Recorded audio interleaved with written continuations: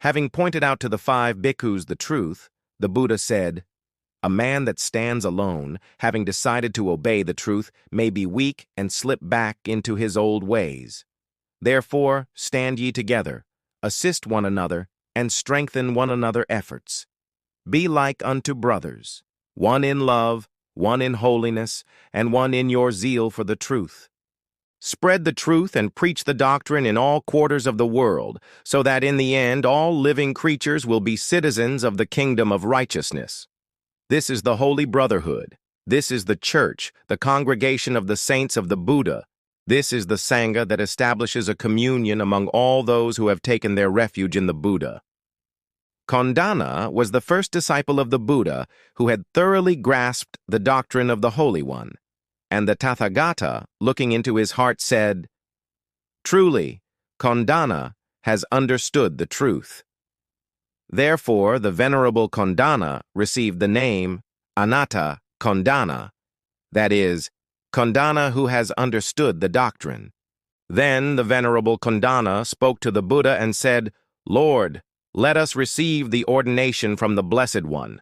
And the Buddha said, "Come, O bhikkhus, well taught is the doctrine. Lead a holy life for the extinction of suffering." Then Kondanna and the other bhikkhus uttered 3 times these solemn vows. "To the Buddha will I look in faith. He, the perfect one, is holy and supreme. The Buddha conveys to us instruction, wisdom, and salvation. He is the Blessed One who knows the law of being. He is the Lord of the world, who yoketh men like oxen, the teacher of gods and men, the exalted Buddha. Therefore, to the Buddha will I look in faith. To the doctrine will I look in faith.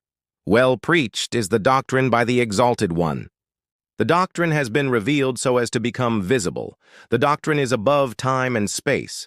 The doctrine is not based upon hearsay. It means, come and see. The doctrine to welfare. The doctrine is recognized by the wise in their own hearts. Therefore, to the doctrine will I look in faith.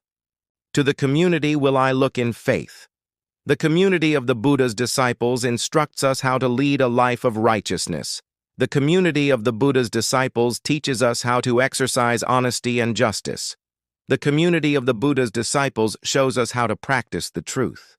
They form a brotherhood in kindness and charity, and their saints are worthy of reverence. The community of the Buddha is disciples, is founded as a holy brotherhood, in which men bind themselves together to teach the behests of rectitude and to do good. Therefore, to the community will I look in faith. The gospel of the Blessed One increased from day to day, and many people came to hear him and to accept the ordination to lead thenceforth a holy life for the sake of the extinction of suffering. And the Blessed One, seeing that it was impossible to attend to all who wanted to hear the truth and receive the ordination, sent out from the number of his disciples such as were to preach the Dharma, and said unto them, "The Dharma and the Vinaya, proclaimed by the Tathagata, shine forth when they are displayed, and not when they are concealed. But let not this doctrine, so full of truth and so excellent, fall into the hands of those unworthy of it, where it would be despised and contemned, treated shamefully, ridiculed, and censured. I now grant you, O bhikkhus, this permission. Confer henceforth in the different countries the ordination upon those who are eager to receive it, when you find them worthy. Go ye now, O bhikkhus, for the benefit of the many, for the welfare of mankind, out of compassion for the world. Preach the doctrine which is glorious in the beginning, glorious in the middle, and glorious in the end, in the spirit as well as in the letter. There are beings whose eyes are scarcely covered with dust, but if the doctrine is not preached to them, they cannot attain salvation. Proclaim to them a life of holiness. They will understand the doctrine and accept it." And it became an established custom that the bhikkhus went out preaching while the weather was good, but in the rainy season they came together again and joined their master to listen to the exhortations of the Tathagata.